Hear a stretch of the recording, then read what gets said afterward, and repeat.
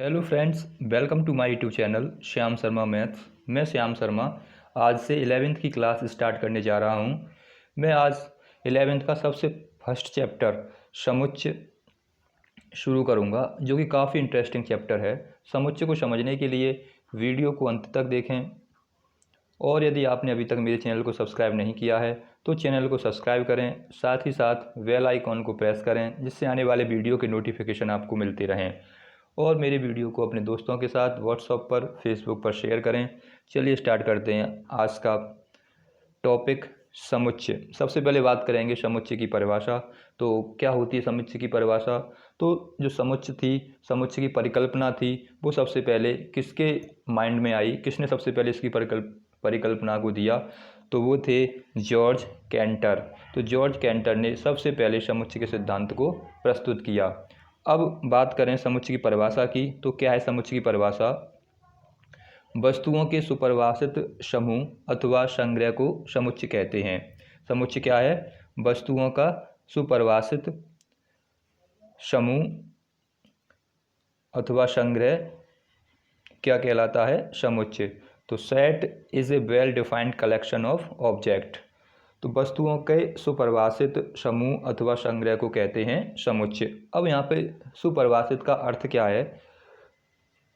सुपरिभाषित का मतलब क्या है, ये बहुत ही इम्पोर्टेंट है। अगर सुपरिभाषित का अर्थ समझ में आ गया तो डेफिनेशन को आप आसानी से समझ सकते हैं। देखो, सुपरिभाषित का मतलब है, अगर हम जनरली बात करें तो ऐसी घटना, ऐसी बात जो सभी के लिए सेम हो, जो प्रत्येक के लिए समान हो। जैसे हम किसी से पूछें कि 1 से लेके 10 तक की गिनतियों को बताइए, तो चाहे हम 10 लोगों से बात करें इसके बारे में, चाहे 50 लोगों से बात करें, चाहे 5 लोगों से बात करें, 1 से लेके 10 तक की गिनतियों के लिए सभी 1 से लेके 10 तक गिनतियाँ सुनाएंगे। तो जो 1 से लेके 10 तक गिनतियों का जो सेट बनेगा, जो संग्रह होगा, वह संग्रह कैसा होगा? सुपरिभाषित होगा। क्योंकि सभी व्यक्तियों का नज़रिया, सभी व्यक्तियों के विचार उसके लिए सेम हैं। अगर सभी व्यक्तियों की परिकल्पना, सभी व्यक्तियों के विचार सेम हैं तो वह सेट सुपरिभाषित है, और यदि ऐसा नहीं है तो वह सुपरिभाषित नहीं है। यदि हम ये कहें कि कोई भी ऐसे 5 प्लेयर बताइए जो सबसे बेस्ट हों, सबसे अच्छा खेलते हों, तो भिन्न भिन्न व्यक्तियों के विचार इस प्रश्न के संदर्भ में भिन्न भिन्न होंगे। कोई किसी को फेवरेट बताएगा, कोई किसी को अच्छा बताएगा, कोई किसी को अच्छा बताएगा। तो क्योंकि सभी के लिए अलग अलग मापदंड है, तो ये जो सेट बनेगा 5 प्लेयर्स का, वो सुपरिभाषित नहीं होगा। सुपरिभाषित तभी होगा जब सभी के लिए सेम हो, सभी का आंसर सेम आए, तभी हम उसको सुपरिभाषित कह सकते हैं। जैसे सुपरिभाषित समूह का अर्थ क्या है? अवयव सुनिश्चित हों। पहली बात तो अवयव कैसे होने चाहिए? सुनिश्चित। और सुपरिभाषित का अर्थ है, हम जिस समूह सेट के अवयवों की बात कर रहे हैं, उस संग्रह के अवयवों के विषय में सभी व्यक्तियों के विचार एक समान होने चाहिए। क्या मतलब है कि जिस हम सेट की बात कर रहे हैं, जिस सुपरिभाषित सेट या समूह की बात कर रहे हैं, उस समूह के विषय में सभी व्यक्तियों के विचार एक समान होने चाहिए। यदि सभी व्यक्तियों के विचार एक समान हैं तो वह सेट सुपरिभाषित होगा, अन्यथा सुपरिभाषित नहीं होगा। और जब वह सुपरिभाषित होगा तभी वह समुच्चय कहलाएगा। जैसे एग्जाम्पल है प्रथम 5 धन संख्याएं। तो हम प्रथम 5 धन संख्याओं के बारे में चाहे 10 लोगों से बात करें, चाहे 50 लोगों से बात करें, प्रथम 5 धन संख्याएं सभी 1 से लेके 5 तक ही बताएंगे। 1 2 3 4 5। तो जो इस प्रकार से जो हमें समूह मिलेगा 1 से लेके 5 तक का, ये क्या कहलाएगा? सुपरिभाषित समूह। और इसे क्या कहेंगे? समुच्चय। इसी प्रकार अगर हम बात करें भारतीय क्रिकेट के 5 बेस्ट प्लेयर्स, तो भारतीय क्रिकेट टीम के 5 बेस्ट प्लेयरों की बात करेंगे तो इसके लिए नज़रिया प्रत्येक व्यक्ति का अलग अलग होगा। कोई बताएगा किसी को बेस्ट, कोई बताएगा किसी को बेस्ट। तब इससे जो संग्रह होगा, इससे जो समूह बनेगा, वह समुच्चय नहीं कहलाएगा, क्योंकि यह सुपरिभाषित नहीं है। समुच्चय तभी होगा जब हम जिसकी बात कर रहे हैं वो सुपरिभाषित हो, और सुपरिभाषित तब होगा जब सभी के लिए उसके मानक समान हों, सभी के लिए उसके विचार सेम हों। तो भारतीय क्रिकेट टीम के 5 बेस्ट प्लेयर्स की बात करेंगे तो भारतीय टीम के 5 बेस्ट प्लेयर्स के लिए सभी के विचार सभी के लिए अलग अलग होंगे। कोई किसी को बेस्ट बताएगा, कोई किसी को बेस्ट बताएगा। इसलिए इससे जो समूह बनेगा, जो संग्रह होगा, वह समुच्चय नहीं होगा। अगर हम बात करें भारत के प्रधानमंत्री और राष्ट्रपति कौन हैं, तो जब हम ये प्रश्न पूछें तो सभी के जवाब एक ही आएगा, सभी सेम ही आंसर देंगे। तो भारत के प्रधानमंत्री और राष्ट्रपति का जो समूह बनेगा वह समूह समुच्चय कहलाएगा। तो समुच्चय तभी होगा जब वो वेल डिफाइंड हो, यानी सुपरिभाषित हो। और सुपरिभाषित तभी होगा जब जिस समूह के बारे में बात कर रहे हैं उस समूह के लिए सभी के लिए समान हो, सभी के विचार समान हो। हम इस प्रकार भी इसको परिभाषित कर सकते हैं, इस प्रकार भी साधारण शब्दों में व्याख्या कर सकते हैं। जब हम किसी समूह के अवयवों के बारे में जितने चाहे लोगों से पूछें, सभी लोग समान उत्तर दें, तो वह अवयवों का समूह समुच्चय कहलाएगा। जब हम जितने चाहे लोगों से बात कर लें, सभी लोग सेम आंसर दे रहे हैं, तो इस प्रकार जो समूह मिला वह समूह समुच्चय कहलाता है। तो हमें ये ध्यान रखना है, समुच्चय तभी होगा जब वह वेल डिफाइंड हो, और वेल डिफाइंड तभी होगा जब सभी के लिए वो सेम मापदंड रखता हो। अगर हम इसी प्रकार बात करें, मान लो क्लास में पढ़ाने वाले 10 टीचर हैं और हम उनसे पूछें कि आप बताइए आपकी क्लास में सबसे बेस्ट स्टूडेंट्स कौन हैं, तो 10 टीचर किसी को बेस्ट बताएंगे, कोई टीचर किसी भी स्टूडेंट को बेस्ट बताएगा। तो सभी के विचार सेम नहीं हो सकते, क्योंकि हो सकता है कोई स्टूडेंट्स किसी दूसरे सब्जेक्ट में अच्छा है तो किसी दूसरे सब्जेक्ट में वीक है। तो जब 10 व्यक्तियों के विचार अलग अलग हैं, 10 व्यक्तियों के द्वारा दिए गए नाम अलग अलग हैं, तो इस प्रकार के जो समूह बनेंगे वो वेल डिफाइंड नहीं होंगे। जब वेल डिफाइंड नहीं होंगे तो वह समुच्चय नहीं कहलाएगा। समुच्चय तभी कहलाएगा जब वो वेल डिफाइंड हो। जैसे अगर हम ये बात करें कि स्टूडेंट से पूछें कि अंग्रेजी वर्णमाला के स्वरों का संग्रह, तो जब हम स्वरों के बारे में पूछेंगे, चाहे हम 10 स्टूडेंट से पूछें, चाहे 20 स्टूडेंट से पूछें, सभी students A, E, I, O, you यह 5 स्वर ही बताएंगे। तो इस प्रकार से जो 5 स्वरों का संग्रह होगा, यह 5 स्वरों का संग्रह क्या कहलाएगा? समुच्चय कहलाएगा, क्योंकि ये वेल डिफाइन है, क्योंकि सभी के लिए ये सेम है। जब सभी के लिए सेम हो, सभी के उत्तर उस प्रश्न के लिए समान हैं, तभी वह वेल डिफाइंड कहलाएगा। और जब वेल डिफाइंड होगा, सुपरिभाषित होगा, तभी वह सेट होगा, अन्यथा की स्थिति में वह सेट नहीं है। अब बात करते हैं समुच्चयों के अवयवों की। यह बात आपकी समझ में आ गई होगी कि सेट क्या होता है। तो सेट सुपरिभाषित समूह अथवा संग्रह का कलेक्शन है। वस्तुओं के सुपरिभाषित समूह अथवा संग्रह को समुच्चय कहते हैं। और सुपरिभाषित का अर्थ, वेल डिफाइंड का अर्थ आपकी समझ में आ गया होगा। वेल डिफाइंड वही संग्रह होगा, वही समूह होगा जिसके लिए सभी के विचार सेम हों, जिसके लिए सभी सेम आंसर दें। यदि आंसर अलग अलग है तो वेल डिफाइंड नहीं है, और तब जब वेल डिफाइंड नहीं है तो वह सेट भी नहीं है। अब बात करते हैं समुच्चयों के अवयवों की। तो समुच्चयों के अवयवों का मतलब क्या है? जब हम ये देखते हैं कि इस प्रकार से जब लिखा होता है ब्रैकेट 1, 3, 5, 7, तो इस प्रकार के ब्रैकेट्स के अंदर जो हमें एलिमेंट्स दिखाई देते हैं, जो अक्षर दिखाई देते हैं, ये अक्षर क्या हैं? ये कहलाते हैं अवयव। तो किसी समुच्चय में उपस्थित, किसी समुच्चय में, यानी जो समूह हमने अब तक हमने जो बात की थी, समुच्चय क्या था? समुच्चय था समूहों का या संग्रह की हुई वस्तुओं का वेल डिफाइंड कलेक्शन। अब बात करें समुच्चय के अवयवों की, तो किसी समुच्चय में उपस्थित वस्तु या पद या संख्याएं जिनसे मिलकर समुच्चय बना है, उसे समुच्चय का अवयव कहते हैं। वह क्या कहलाते हैं? उन्हें समुच्चय का अवयव कहते हैं। तो जैसे मान लो हमारे पास बहुत सारे संतरों का संग्रह है, तो जो एक संतरा उसमें से निकालेंगे, वह संतरा क्या होगा? उस संग्रह का एक अवयव होगा, उस संग्रह का एक एलिमेंट होगा। तो एलिमेंट्स समुच्चय के अवयव क्या होंगे? ऐसे तो किसी समुच्चय में उपस्थित वस्तु या पद या संख्याओं जिससे मिलकर समुच्चय बना है उन्हें क्या कहते हैं? समुच्चय के अवयव कहते हैं। इनको अंग्रेजी वर्णमाला के हमेशा छोटे अक्षर से डिनोट किया जाता है। तो जो इसके अंदर एलिमेंट्स होंगे इनको हमेशा छोटे लेटर से दर्शाया जाता है, जैसे ए, बी, सी या पी, क्यू, आर या एक्स, वाई, जेड। तो इनको हमेशा स्मॉल लेटर से दर्शाते हैं एलिमेंट्स को।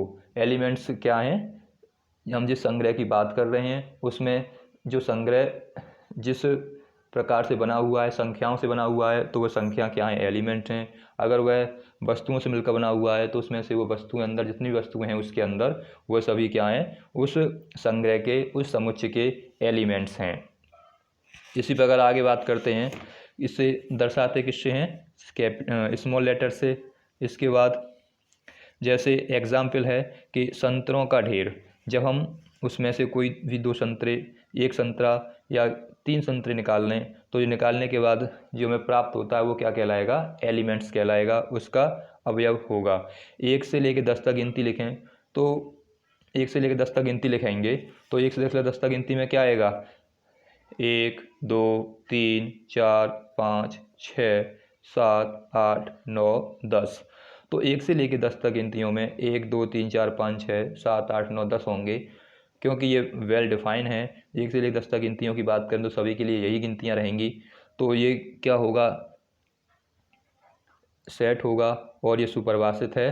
तो इसके अंदर जो एलिमेंट, इसके अंदर जो संख्याएं लिखी हुई हैं 1, 2, 3, 4, 5, ये क्या हैं? ये सभी एलिमेंट्स कहलाते हैं, सभी अवयव कहलाते हैं। इसमें 5 की बात करें तो 5 भी इसका अवयव है, इस सेट का अवयव है। अगर हम बात करें 15 की तो 15 क्या होगा?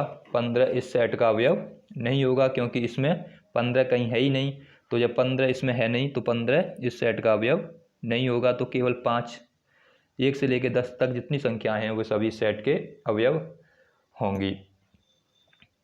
अगर हम बात करें कि 5 कैसा है, अगर इसको नाम दे दें कि ये ए है, इसको कैपिटल ए से डिनोट करें तो 5 क्या होगा?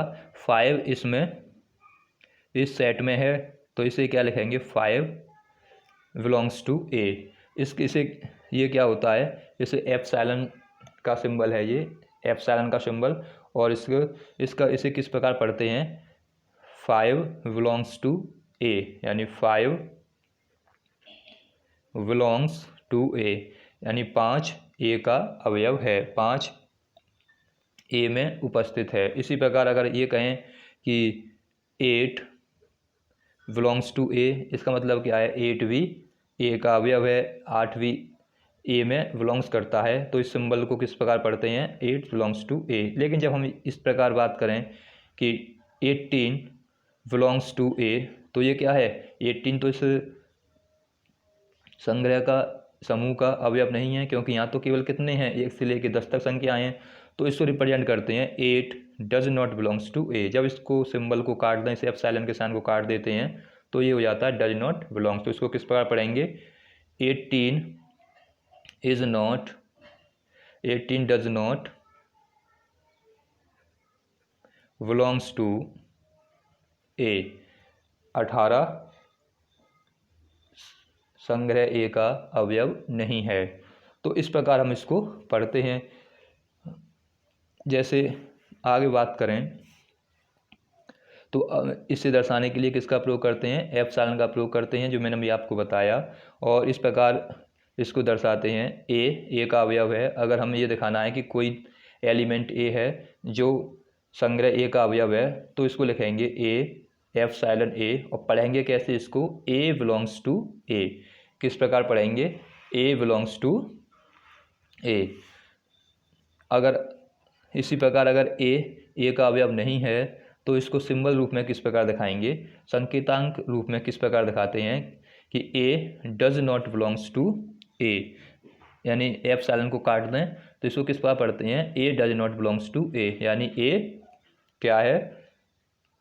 जो स्मॉल ए है वो कैपिटल ए का अवयव नहीं है। जैसे हमने अभी पढ़ा कि इसमें 5 क्या था? 5 तो क्या था? इसमें बिलोंग्स करता है। तो 5 तो क्या है?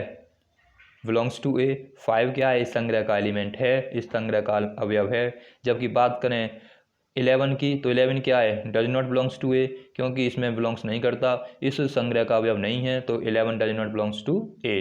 तो ये सिंबल होता है कि कोई एलिमेंट्स किसी संग्रह का अवयव है या नहीं, उसे दिखाने के लिए इस प्रकार एप्सिलॉन के साइन का प्रयोग करते हैं। और इसको पढ़ते किस प्रकार हैं, 5 belongs to A, 11 does not belongs to A. अगर अवयव है तो 5 बिलोंग्स टू ए, और उसका अवयव नहीं है तो डज नॉट बिलोंग्स से सिर्फ इसको पढ़ते हैं। आगे बात करते हैं समुच्चय के संकेतन की, यानी नोटेशन ऑफ सेट्स। इसको किस प्रकार दर्शाते हैं, जिस प्रकार समुच्चय के अवयवों को स्मॉल लेटर से दर्शाते हैं, उसी प्रकार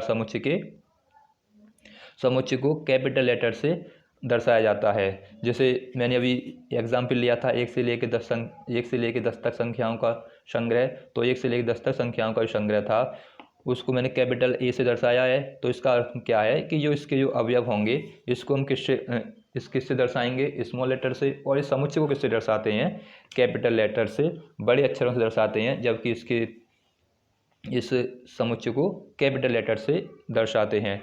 हमें जैसे ABC या PQR या YZ इन कैपिटल लेटर से इस समुच्चय को दर्शाया जाता है। जैसे बात करें प्राकृतिक संख्याओं का समूह, अगर ये दिखाना है कि प्राकृतिक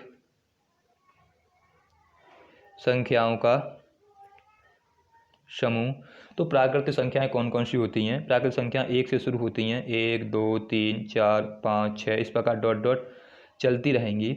अब इसको दर्शाने के लिए हम किसका प्रयोग करते हैं, तो ऐसा नहीं कि इसको हम ए बराबर ही लिख देंगे, ए से डिनोट कर देंगे। कुछ निश्चित सिंबल भी हैं, कुछ संख्याओं के लिए कुछ निश्चित सिंबल यूज़ किए जाते हैं जो कि काफ़ी मैथ में यूज होते हैं और क्वेश्चन उनके ऊपर काफ़ी बनते हैं, क्योंकि ये प्राकृतिक संख्याओं का समूह है। प्राकृतिक संख्याओं को रिप्रेजेंट किया जाता है किससे, कैपिटल एन से। नेचुरल नंबर्स बोलते हैं प्राकृतिक संख्याओं को इंग्लिश में, इसलिए इसको कैपिटल एन से डिनोट किया जाता है। तो ऐसे काफ़ी संख्या हैं, काफ़ी समूह हैं जिसका विशेष नाम है, उसके बारे में जानना ज़रूरी है, क्योंकि क्वेश्चन उसमें वो प्रयोग किए जाते हैं। और जब तक हमें ये नहीं पता होगा कि ये सिंबल किसको डिनोट कर रहा है, तब तक हम उसको सॉल्व नहीं कर पाएंगे। तो मैंने कुछ इम्पोर्टेंट सिंबल्स लिए हैं, तो मैं आपको बताता हूँ। सबसे पहला प्राकृतिक संख्याओं का समुच्चय। तो प्राकृतिक संख्याओं के समुच्चय को किससे डिनोट करते हैं, प्राकृतिक संख्याओं के समुच्चय को डिनोट करते हैं कैपिटल एन से। नेचुरल्स नंबर्स 1 से 1 2 3 4 5 डॉट डॉट ये क्या कहलाती हैं, ये प्राकृतिक संख्याएं कहलाती हैं। इसी प्रकार अगर कहीं पर जेड लिखा हुआ है, अगर क्वेश्चन में दे रखा है केवल जेड दे दिया, तो आपको समझ जाना चाहिए कि वह पूर्णांकों की बात कर रहा है और इंटीजर्स की बात कर रहा है। ये पूर्णांकों में कौन कौन से अंक होते हैं, पूर्णांकों में सारे नेगेटिव्स नंबर्स होते हैं और सारे पॉजिटिव्स नंबर्स होते हैं। तो सारे नेगेटिव और सारे पॉजिटिव जीरो सहित का जो समूह होगा वह समूह कहलाता है पूर्णांकों का समूह। तो हमें जब भी जेड दे रखा है तो जेड को देखकर समझ जाना चाहिए कि इसने किसकी बात की है। इसने बात की है सारे नेगेटिव्स नंबर्स की, सारे पॉजिटिव्स नंबर्स की और साथ ही जीरो की बात की है। ये हमें जेड को देखकर समझ जाना चाहिए। इसी प्रकार अगर उसने बोल दिया जेड प्लस या आई प्लस, तो जब आई प्लस या जेड प्लस क्वेश्चन दे रखा है, उसके अलावा उसने कुछ नहीं लिखा, ये नहीं बोला कि धनात्मक पूर्णांकों का समुच्चय किसका समुच्चय है, तो हमें आई प्लस या जेड प्लस को ही देखकर समझना चाहिए कि हमें कौन से नंबर्स लेने हैं। हमें सारे पॉजिटिव्स नंबर लेने हैं, 1 2 3 4 5 6, ये अपनी तरफ से हमें नंबर्स लेने पड़ेंगे। ये बात हमें याद रखनी पड़ेंगी कि धनात्मक पूर्णांकों का समुच्चय है तो हमें 1 2 3 4 5 लेना पड़ेगा। अगर जेड प्लस लिखा हुआ है तो इसने कह दिया कि यह इसके अंदर क्या क्या संख्याएँ हैं, जेड प्लस के अंदर क्या क्या संख्याएं हैं, 1 2 3 4 5 6 7 8, ये इसके अंदर सारी संख्याएं स्वतः ही आ गई, सारी संख्याएं हैं। इसी प्रकार अगर कह देता है जेड माइनस, तो हमें समझ जाना चाहिए कि उसने हमसे क्या बोला है। उसने सारे नेगेटिव नंबर्स को हमको बता दिया है कि -1 -2 -3 -4 -5 इस प्रकार के सारे नेगेटिव नंबर्स उसमें आ चुके हैं। हमें सारे नेगेटिव नंबर्स उसमें लेने हैं। अगर उसने बोल दिया परमेय संख्याओं का समुच्चय, तो उसमें क्या है, परमेय संख्याओं को किससे डिनोट करते हैं, जो फ्रैक्शंस के रूप में होती हैं, P/Q के रूप में जो होती हैं, वह सब क्या कहलाती हैं, परमेय संख्याएं कहलाती हैं, लेकिन उसमें कंडीशन होती है कि पी क्यू किस में बिलोंग्स करना चाहिए, इंटीजर्स में यानी पूर्णांकों में बिलोंग्स करना चाहिए। पूर्णांक हम पढ़ चुके हैं, सारे नेगेटिव नंबर्स होते हैं, सारे पॉजिटिव नंबर्स होते हैं। तो सारे पॉजिटिव नंबर और सारे नेगेटिव नंबर्स आ जाएं तो वह क्या कहलाते हैं, परमेय संख्याएं कहलाती हैं। तो सारी जितने भी पूर्णांक हैं वो सभी परमेय संख्याएं भी होती हैं। और 1/2, 3/5 इस प्रकार जो फ्रैक्शंस के रूप में लिखी रहते हैं ये भी परमेय संख्याएं होती हैं। कंडीशन केवल क्या है कि जो अपॉन में संख्या लिखी हुई है वो कभी भी 0 नहीं होनी चाहिए, क्यू की वैल्यू कभी भी 0 नहीं होनी चाहिए। अगर क्यू बराबर 0 हो गया तो वह परमेय संख्या नहीं रह जाएगी। तो ये सारे जो नोटेशन हैं ये आपको याद रखने पड़ेंगे, आपको ध्यान से पढ़ने पड़ेंगे और चीज़ों को समझने के लिए वीडियो को बार बार देखें, जिससे कि चीज़ें आपको याद हो जाएं और आप आसानी से क्वेश्चनों में इनको यूज़ कर पाएँ। अगली बात करते हैं धनात्मक परमेय संख्याओं की। तो धनात्मक परमेय संख्याएं कौन सी होती हैं? अगर हम केवल पॉजिटिव नंबर्स ले लें, जैसे 5/6, 3/2, हम उसमें नेगेटिव नंबर्स को शामिल नहीं करें, यानी पूर्णांक लें और वो भी कौन से वाले, पॉजिटिव्स वाले। तो जो हम पॉजिटिव्स वाले पूर्णांक लेंगे वो धनात्मक परमेय संख्याएं होंगी। और अगर उसने बोल दिया कि Q प्लस, जो किसे डिनोट करते हैं, Q प्लस से डिनोट्स करते हैं, तो इसका मतलब क्या हो गया, इसका मतलब सीधे सीधे हो गया कि हमें प्लस वाले ही नंबर्स लेने हैं, इसमें नेगेटिव्स को शामिल नहीं करेंगे, हमें इसमें नेगेटिव्स को शामिल नहीं करना है, केवल हमें पॉजिटिव नंबर्स ही लेने हैं।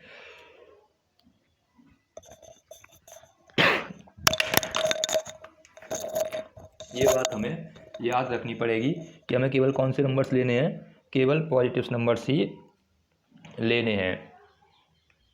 इसके बाद बात करते हैं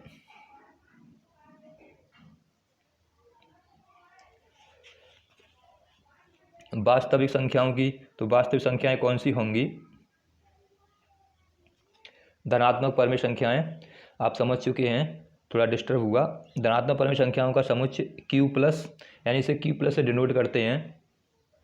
अब Q प्लस में कौन सी संख्या लेनी पड़ेंगी, हमें सारी पॉजिटिव नंबर्स लेने पड़ेंगे, हम इसमें नेगेटिव नंबर्स नहीं ले सकते। अगर उसने केवल Q प्लस बोल दिया है तो हमें समझ जाना चाहिए हमें क्या लेना है, सारे पॉजिटिव नंबर्स को लेना है। और यदि हमें बात करें किसकी, वास्तविक संख्याओं के समुच्चय की, तो वास्तविक संख्याओं के समुच्चय में क्या आएगा, वास्तविक संख्याओं के समुच्चय को रिप्रेजेंट करते हैं R से। अगर उसने केवल R दे दिया है तो R का मतलब क्या है कि वह वास्तविक संख्याओं को रिप्रेजेंट कर रहा है, वास्तविक संख्याओं के बारे में हमसे जानना चाह रहा है, हम उसी के अनुसार इसको लेंगे। इसी प्रकार पूर्ण संख्याओं का समुच्चय, अगर उसने केवल W लिख दिया तो W लिखने का मतलब क्या है, अगर केवल उसने W ही लिख दिया है तो इसका मतलब है हमें सारे होल्स नंबर्स लेने हैं। अब होल नंबर्स क्या होते हैं, 0, 1, 2, 3, 4, ये सब सारे होल नंबर्स कहलाते हैं। अगर W कहीं पर लिखा हुआ सिंबल मिल जाता है तो हमें स्वतः ही ये जान लेना चाहिए कि उसने हमें कौन कौन संख्या दे दी हैं। उसने हमें 0, 1, 2, 3, 4 ये सारी संख्याएं हमें स्वतः ही दे दी हैं, तो हमें ये बातें याद रखनी पड़ेंगी। इसी प्रकार धनात्मक वास्तविक संख्याओं का समुच्चय इसे R प्लस से रिप्रेजेंट करते हैं। तो ये बहुत ही महत्वपूर्ण रिप्रेजेंटेशन थे जो क्वेश्चनों में बार बार यूज होते हैं और बच्चों को परेशान करते हैं। तो इन चीज़ों को अच्छे से याद कर लें, अच्छे से समझ लें और अपनी नोट्स बुक में अच्छे से नोट्स बनाएं, जिससे जब भी ज़रूरत पड़े आप इनको ओपन करके नोट्स बुक को देख सकें। तो काफ़ी इम्पोर्टेंट्स ये नोटिफिकेशन थे 8-9, इनको अच्छी तरह से पढ़ें कि R प्लस क्या है, Q प्लस क्या है, W क्या है, Z प्लस क्या है, Z माइनस क्या है, Z क्या है, क्योंकि ये बार बार क्वेश्चन में आएंगे। अब आगे बात करते हैं समुच्चयों का निरूपण। अब समुच्चयों को किस प्रकार दर्शाते हैं, अब समुच्चय क्या होता है हमने पढ़ लिया, समुच्चय दर्शाते किससे हैं ये पढ़ लिया, समुच्चय के अंदर जो एलिमेंट्स लिखे होते हैं उनको किससे दर्शाते हैं ये पढ़ लिया। अब दर्शाते किससे हैं, तो समुच्चयों को दर्शाने की 2 मेथड हैं। समुच्चयों को दर्शाने के लिए 2 प्रकार से समुच्चयों को दर्शाया जाता है, इसके 2 मेथड हैं, 2 प्रकार से इसको निरूपित किया जाता है। पहला है रोस्टर विधि, सारणी विधि, सूची विधि। या तो रोस्टर विधि कह दें या सारणी विधि कह दें या सूची विधि कह दें, एक ही बात है। रोस्टर मेथड, टेबुलर मेथड या लिस्टिंग मेथड, सबका मतलब एक ही है। अब इसमें क्या करते हैं, क्या इसका वर्किंग रूल है वो समझें। तो इसमें क्या करते हैं, रोस्टर विधि में क्या करना होता है, इस विधि में धनु या मझले कोष्ठक का प्रयोग करते हैं। धनु या मझले कोष्ठक, धनु या मझले कोष्ठक का कौन सा होता है, इसका सिंबल कैसा होता है, इस प्रकार का जो कोष्ठक होता है ये कोष्ठक कहलाता है धनु कोष्ठक या मझला कोष्ठक। इस कोष्ठक का हम प्रयोग करते हैं। मझले कोष्ठक के अंदर अवयवों को लिखकर उनके बीच में अर्धविराम का प्रयोग किया जाता है। यानी मझले कोष्ठक के अंदर जो भी हमें कंडीशन दे रखी है उसके अकॉर्डिंग एलिमेंट्स को लिख देंगे, अवयवों को लिख देंगे और उसके बीच में अल्पविराम यानी अर्धविराम का प्रयोग, कॉमा का प्रयोग किया जाता है। तो इस प्रकार जो हम अवयव लिखते हैं, इस प्रकार जो हम एक सेट तैयार करते हैं, ये रोस्टर विधि द्वारा तैयार किया हुआ सेट होता है। और इसमें ये भी ध्यान रखना होता है कि इसमें किसी भी अवयव की दोबारा पुनरावृत्ति नहीं होनी चाहिए। ऐसा नहीं कि अगर हम किसी के बारे में लिख रहे हैं और 2 या 3 बार वो सिंबल यूज हो जाए, हमें केवल एक ही बार यूज़ करना है। तो क्या करना होता है, सबसे पहले मझले कोष्ठक का प्रयोग करते हैं और उसके अंदर एलिमेंट्स को लिखकर उनके बीच अर्धविराम का प्रयोग किया जाता है, कॉमास का प्रयोग किया जाता है। जैसे ये लिखा हुआ है Q U E S T I O N। अब ये लिखा हुआ है, इसको हमें किस प्रकार लिखना है, रोस्टर विधि से इसको लिखना है। तो रोस्टर विधि से लिखने के लिए हम क्या करेंगे, सबसे पहले इसके कोई नाम दे देंगे। मान लो ये सेट क्या है, कोई सेट ए है, ए से रिप्रेजेंट कर रहे हैं। उसके बाद मझला कोष्ठक लगाएंगे। उसके बाद क्या करना है, जितने भी एलिमेंट्स हैं क्वेश्चन में क्या क्या दे रखा है, Q U E S T I O N, जितने अक्षर दे रखे हैं उनको लिख लेंगे। Q लिख लेंगे, फिर कॉमा लगाएंगे, फिर U लिखेंगे, फिर कॉमा लगाएंगे, फिर E लिखेंगे, फिर कॉमा, फिर S लिखेंगे, फिर कॉमा, फिर T लिखेंगे, फिर कॉमा, फिर I लिखेंगे, फिर कॉमा, और फिर O लिखेंगे, फिर कॉमा और N लिखेंगे। इस प्रकार रोस्टर विधि में हम अंकों को दर्शाते हैं। इस प्रकार हम रोस्टर विधि में समुच्चयों को निरूपित करते हैं। इसी प्रकार मान लो हमें दे रखा है, हमसे कह दिया प्रथम, हमसे क्या बोला कि प्रथम 3 के 5 गुणांक लिख लिए। प्रथम 3 के 5 गुणांक लिखिए। तो 3 के प्रथम 5 गुणांक लिखने हैं। इसका मतलब क्या है, हमें 3 का पाढ़ा लिखना है 5 तक। तो इसको किस प्रकार दिखाएंगे, 3 6 3 3 9 12 और 15। तो हम पहले इसको मान लेंगे कि क्या से ये क्या है, कोई सेट है ए, और इसको इस धनु कोष्ठक के अंदर लिखेंगे सभी नंबर्स को 3 से लेके कितने 5 के पाँच गुणांक लिखने हैं। तो 5 गुणांक कौन कौन से हो जाएंगे, 3 6 9 12 15, ये क्या हो जाएंगे, 5 गुणांक हो जाएंगे। और इनको इस प्रकार से हम कोष्ठक के अंदर दर्शाते हैं और बीच में क्या लगा देते हैं, कॉमा। इसी प्रकार मान लो अगर हमें इसका लिखना है, S ये दे रखा है, S I P O N T O T ये दे रखा है। और इसको अब हमें दिखाना है कि रोस्टर विधि से समुच्चय रूप में लिखिए। तो रोस्टर विधि से समुच्चय रूप में लिखने के लिए क्या करना पड़ेगा, सबसे पहले तो हमें इसको मान लें कि मान लो क्या है, ए है सेट। अब इसके अंदर एलिमेंट्स डालने हैं ये वाले। तो इसमें ये ध्यान रखना है कि एस कितने टाइम्स आया, 2 टाइम आया, लेकिन हम केवल एक बार लिखेंगे। आई कितने टाइम्स आया है, 1 टाइम है, 1 टाइम लिखेंगे। पी 1 टाइम है, 1 टाइम्स लिखेंगे। ओ 1 टाइम है, 1 टाइम ही। एन, अब टी फिर आ गया, तो टी इसमें 3 बार दे रखा है लेकिन लिखेंगे केवल 1 बार ही। और ओ दोबारा आया है, ओ को दोबारा नहीं लिखेंगे। तो हमें ये याद रखना है कि जब रोस्टर विधि से हम समुच्चयों को लिख रहे हैं, समुच्चय रूप में लिख रहे हैं, तो उसमें एलिमेंट्स अवयव कभी भी रिपीट नहीं होगा, एक बार ही एक एलिमेंट्स आएगा। तो इस प्रकार रोस्टर विधि में क्या करना है, हमें जो कंडीशन दे रखी है उसको समझना है और समझने के बाद उसको मझले कोष्ठक के अंदर कॉमा लगाते हुए लिखना है। जैसे मैथमेटिक्स दे रखा है, अगर इसको लिखना है तो मान लिया सेट है, इसलिए सेट को किससे रिप्रेजेंट करते हैं, एस से रिप्रेजेंट कर दिया। और इसमें कौन कौन से अक्षर आ रहे हैं, MATHE MATI CS आ रहा है, तो MATHEICS प्रत्येक को एक एक बार कॉमा लगा के लिख देते हैं। इसमें M एक और दो बार आ रहा है, लेकिन ऐसा नहीं कि इसको 2 बार लिखेंगे, केवल एक बार हमें लिखना है। तो इस प्रकार हमें इसमें याद रखना पड़ेगा। इस प्रकार हमें इसको रोस्टर विधि से निरूपित करते हैं। ऐसी 3 के गुणांक जो 20 से छोटे हों, अब 3 के गुणांक लिखें जो 20 से छोटे हैं, यानी ऐसी संख्या लिखनी है जिसमें 3 का भाग जाता हो और जो 20 से छोटी हों। क्या मतलब है इसका, 3 के गुणांक 20 से छोटे का, कि ऐसी संख्या देखनी है जो 20 से तो छोटी हों और 3 का उसमें भाग जाता हो। तो किस में जाएगा, 3 में जाएगा, 6 में जाएगा, 9 में जाएगा, 12 में जाएगा, 15 में जाएगा और 18 में जाएगा। तो ये संख्याएँ क्या होंगी, कैसी होंगी, 3 से विभाज्य होंगी और साथ ही 20 से छोटी होंगी। तो ये तो हो गया पहला मेथड समुच्चयों के निरूपण करने का, कौन सा, रोस्टर मेथड। अब दूसरे प्रकार का मेथड क्या है, दूसरा मेथड है समुच्चय निर्माण विधि या गुण विधि। समुच्चय निर्माण विधि या गुण विधि, सेट बिल्डर मेथड या प्रॉपर्टी मेथड। अब इसमें क्या करते हैं, इस मेथड में क्या किया जाता है इसे समझते हैं। तो इसमें क्या होता है, इस विधि में क्या करना होता है, सभी अवयवों को एक स्वेच्छ चर द्वारा प्रदर्शित किया जाता है। यानी जो हमें पूछ रहा है, जिसके बारे में जानना चाह रहा है, जो हमसे कहा गया है, उसे एक स्वेच्छ चर के रूप में निर्धारित करते हैं। पहले इन स्वेच्छ चर को जनरली XYZ से प्रदर्शित करते हैं। यानी जो हमें स्वेच्छ चर लेने हैं, स्वेच्छ चर जो लेने हैं वो हमें कैसे लेने हैं, वो XYZ के रूप में ही ज़्यादातर लिए जाते हैं, अधिकतर XYZ के रूप में ही हम उनको लेते हैं। उसके बाद इन स्वेच्छ चरों को मझले कोष्ठक में लिखने के बाद ऐसी 2 बिंदी लगाते हैं, इनको क्या पढ़ते हैं, इनको पढ़ते हैं कॉलन।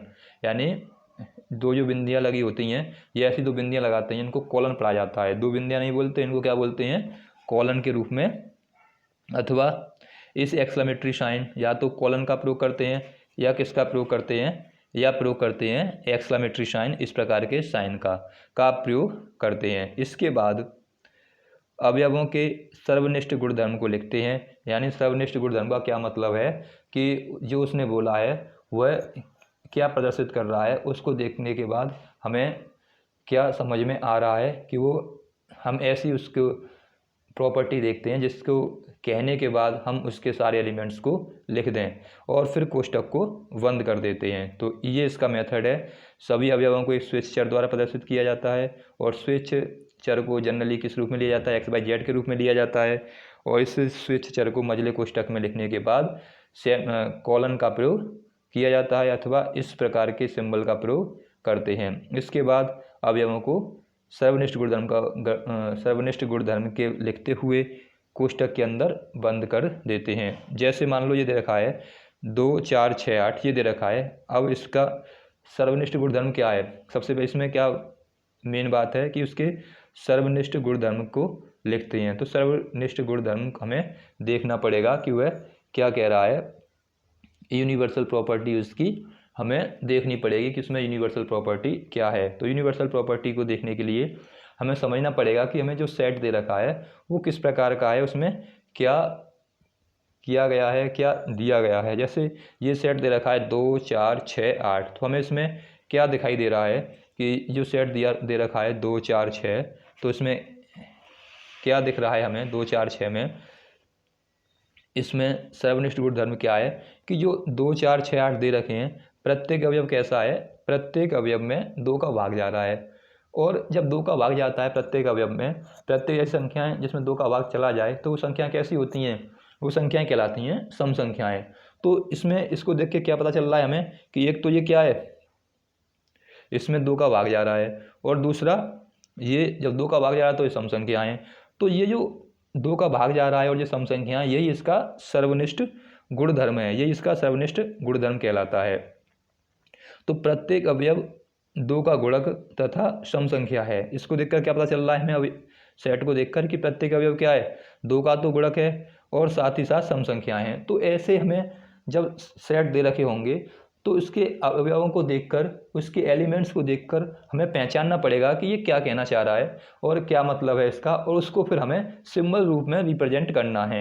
अब इस विधि में क्या करना है, समुच्चय निर्माण विधि में क्या करना है, उसको सिंबल रूप में रिप्रेजेंट करना है और छोटे से छोटे रूप में लिखना है। तो इसको हम किस प्रकार लिखेंगे समुच्चय निर्माण विधि से, कि इसको मान लिया कि ये जो सेट है वो एक को रिप्रेजेंट करता है। अब हमें क्या लेना होता था, एक स्वेच्छ चर लेना पड़ता है। वो किस रूप में होते हैं, एक्स वाई जेड के रूप में होते हैं।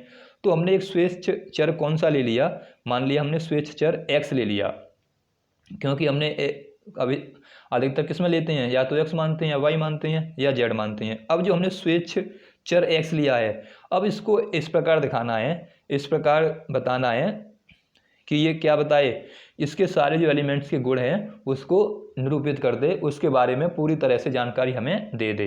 एक्स को किस प्रकार लिखना है, एक्स को इस प्रकार लिखना है कि जो हमें 2 4 6 8 दे रखे हैं, इसके जितने भी इसमें गुण हैं उन गुणों को पूरी तरह से एक्सप्लेन कर दे, पूरी तरह से हमें समझा दे।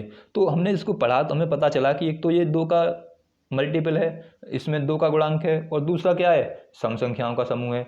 तो हमने क्या लिखा, x इस प्रकार है, किस प्रकार है x, कि x एक सम संख्या है जो कि 8 या इससे कम है। हमें ये भी पता चल रहा है इसमें कि x क्या है, 8 है या 8 से कम है। तो हम इसको इस प्रकार लिख सकते हैं, x एक सम संख्या है।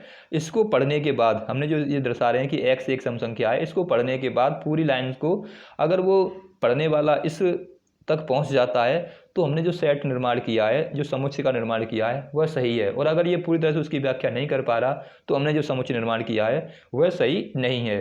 तो x एक सम संख्या है, इसका मतलब क्या है, तो हमें 2 4 6 8 10 लेनी पड़ेंगी, ये तो समझ में आ गया। लेकिन अब यहाँ तो 8 तक है केवल, इसलिए हमें क्या लिखना पड़ा, जो 8 या उससे कम है। तो 8 या उससे कम है, इसका मतलब कहाँ तक आ जाएंगी, 2 4 6 8, 8 से 8 है या उससे कम है, तो हम केवल 8 तक ही इसको लेंगे। इस लाइन को पढ़ने के बाद हम इस तक पहुंच सकते हैं, इसका निर्माण कर सकते हैं। तो जब भी हम समुच्चय निर्माण विधि का प्रयोग करेंगे तो हमें ये याद रखना है कि हम जो उसको एक्सप्लेन कर रहे हैं, जिसकी व्याख्या कर रहे हैं, उसको पढ़कर हम उस तक पहुंच रहे हैं या नहीं पहुंच रहे जो हमें दे रखा है। इसी प्रकार अगर मान लो दे रखा है, इसको ऐसे लिख सकते हैं कि x क्या है, एक सम संख्या है जो 8 या इससे कम है, ऐसे दिखा सकते हैं। या ऐसे लिख सकते हैं x क्या है, x अंक 2 का गुणक है, यानी 2 का मल्टीपल है, और x कैसा है, लेस देन इक्वल टू 2 है, यानी या तो x कैसा है, 2 से बराबर है या 2 से छोटा है, या 2 8 के बराबर है या 8 से छोटा है। यानी x की वैल्यू कैसी है, या तो 2 से बड़ी है या 2 के बराबर है, और x की वैल्यू 8 से छोटी है या 8 के बराबर है। तो इस सिंबल रूप में दिखा सकते हैं। इस प्रकार भी लिख सकते हैं कि जो 8 या इससे कम है या 2 का गुणक है, सम संख्या है, इस प्रकार भी हम इसको बता सकते हैं। तो हमें इस प्रकार किसी भी रूप में हम इसको दर्शा सकते हैं, किसी प्रकार से इसको लिख सकते हैं, बशर्ते लिखना इस प्रकार है कि हम समझ सकें कि वह उसके सारे गुण, उसके सर्वनिष्ठ गुण का मतलब होता है इसके अंदर जितने भी गुण हैं, जिससे जितने भी प्रॉपर्टीज हैं वो सारे हम बता सकें। क्योंकि ये 8 तक था इसलिए हमने ऐसा लिया कि 8 तक कम का प्रयोग हमें करना पड़ा। x है इसमें, क्योंकि ये 2 से स्टार्ट है तो ऐसा यहाँ से, इसलिए क्या लिखना पड़ा कि x की वैल्यू कैसी है, 2 से बड़ी है, 2 से कम हम इसमें नहीं ले सकते, और कैसी है, 8 से छोटी है, क्योंकि 8 से अधिक इसमें हम नहीं ले सकते। तो इस प्रकार समुच्चय विधि निर्माण में यह ध्यान रखना पड़ता है कि इसके जो गुण हैं, इसके अंदर सारी प्रॉपर्टीज़ हैं, उनका प्रयोग हम कर लें। इसी प्रकार इसको देखें, समुच्चय दे रखा है 1 3 5 7 9 11 13, ये हमें दे रखा है।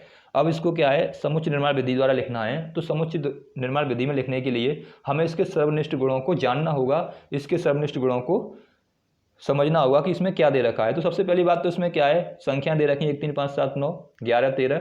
तो ये सभी संख्याएं हमें देख के पता चला कि विषम संख्याएं हैं। सबसे पहले हमें क्या पता चला, विषम संख्याएं, और वो भी कैसी हैं, 1 से शुरू हो रही हैं और 13 पर ख़त्म है। तो 1 से तो छोटी नहीं है और 13 से बड़ी नहीं है। इसी बात को हम सिंबल रूप में लिखेंगे समुच्चय निर्माण विधि से। तो कैसे लिखेंगे, क्योंकि इसको क्या मानना होता है, इसको इससे एलिमेंट्स को एक स्वेच्छ चर मानना पड़ता है। तो स्वेच्छ चर के लिए हम क्या करते हैं, x मानते हैं स्मॉल। तो x मान लें कि x, अब x सेमी कॉलम लगाएंगे, उसके बाद क्या दिखाना है कॉलन के बाद, कि x क्या है, x एक विषम संख्या है। x क्या है, कैसी संख्या है, विषम संख्याएं, और कैसी हैं, x बड़ा है 1 से या उसके बराबर है, और छोटा है 13 से या उससे बराबर है। इसका मतलब क्या है, या तो 13 से कैसा है, छोटा है, या 13 के बराबर है। तो ये क्या दिखा रहा है एक्स, कि एक्स कैसा है, या तो 1 से छोटा है, 1 से बड़ा है, या 13 से बराबर है, या 13 से छोटा है। तो यहाँ से हमें पता चला कि तो विषम संख्या तो ये है ही एक एक्स, और साथ ही साथ कैसी हैं, 1 से बड़ी और 13 से छोटी। इसी प्रकार इसको हमने सिंबल रूप में रिप्रेजेंट कर दिया। इसके अलावा हम इसको इस प्रकार भी लिख सकते हैं, एक्स किस प्रकार है, एक्स एक विषम संख्या है जो 1 से 13 तक है। इस प्रकार सीधे सीधे भी लिख सकते हैं कि एक्स कैसा है, एक विषम संख्या है जो 1 से 13 तक की है। और इस प्रकार भी लिख सकते हैं, एक्स इस प्रकार है 1, अब एक्स कैसा है, छोटा है, सॉरी एक्स कैसा है, बड़ा है 1 से या 1 के बराबर है, और छोटा है 13 से या 13 के बराबर है, जहाँ एक्स कैसी है, एक विषम संख्या है। या इस प्रकार लिख सकते हैं, एक्स इस प्रकार है, x equal to 2n plus के 1, एक्स कैसा है 2n प्लस के 1, और n इक्वल टू 0 1 2 3 4 5 6। यानी अब n की वैल्यू यहाँ पर रखेंगे तो हमें क्या मिलेगा, 0 रखने पर 1 मिल जाएगी, 1 रखने पर 3 मिल जाएगा, 2 रखने पर 5, 4 रखने पर 7 9। इस प्रकार हमें ये वैल्यूएँ मिलती रहेंगी। और इस प्रकार से हम जो हमें समुच्चय दे रखा था 1 2 3 7 1 3 5 7 9 11 13 का, वो हम आसानी से निकाल पाएंगे। तो हमें समुच्चय निर्माण विधि में क्या करना पड़ता है, समुच्चय निर्माण विधि में क्वेश्चन के सबनिष्ठ गुणधर्मकों को, यानी उस क्वेश्चन क्या कह रहा है उसको पढ़कर हमें ये बताना होता है कि ये इस प्रकार प्रदर्शित करना होता है कि उसके सारे गुणधर्म निश्चित हो जाएं, हम इसको पढ़कर ही इस तक पहुंच सकें। इस प्रकार निर्माण करना है कि इनको पढ़कर, इनसे हमने जो सिंबल्स लिखे हैं इस प्रकार इसको दर्शाया है, समुच्चय रूप में लिखा है, इनको पढ़कर यहाँ तक पहुँच सकें। तो ये हमें ध्यान रखना पड़ेगा। इसके बाद 2 मेथड थे इसको करने के, पहला मेथड था रोस्टर विधि और दूसरी थी समुच्चय निर्माण विधि। इसके बाद एक नोट पॉइंट है जो आपको याद रखना है। क्या याद रखना है कि जब समुच्चय में अवयवों की संख्या कम हो तो रोस्टर विधि का प्रयोग करते हैं, और जब समुच्चय में अवयवों की संख्या अधिक हो तो उसे समुच्चय निर्माण विधि से द्वारा लिखा जाता है। ये भी हमें याद रखना है। जब संख्या अधिक है तो रोस्टर का, तब तो समुच्चय विधि निर्माण का प्रयोग करना है, और कम है तो रोस्टर विधि का प्रयोग करना है। तो ये थे समुच्चय के बारे में बेसिक नॉलेज, समुच्चय के बारे में बेसिक जानकारी। इसके बाद के और एग्जाम्पल और बातें अगले वीडियो में करेंगे। अगर आपको वीडियो अच्छा लगा हो तो वीडियो को शेयर करें, वीडियो को लाइक करें, और चैनल को सब्सक्राइब ज़रूर करें। अपने दोस्तों के साथ अधिक से अधिक वीडियो को शेयर करें और सब्सक्राइब भी ज़रूर करें। वीडियो देखने के लिए धन्यवाद।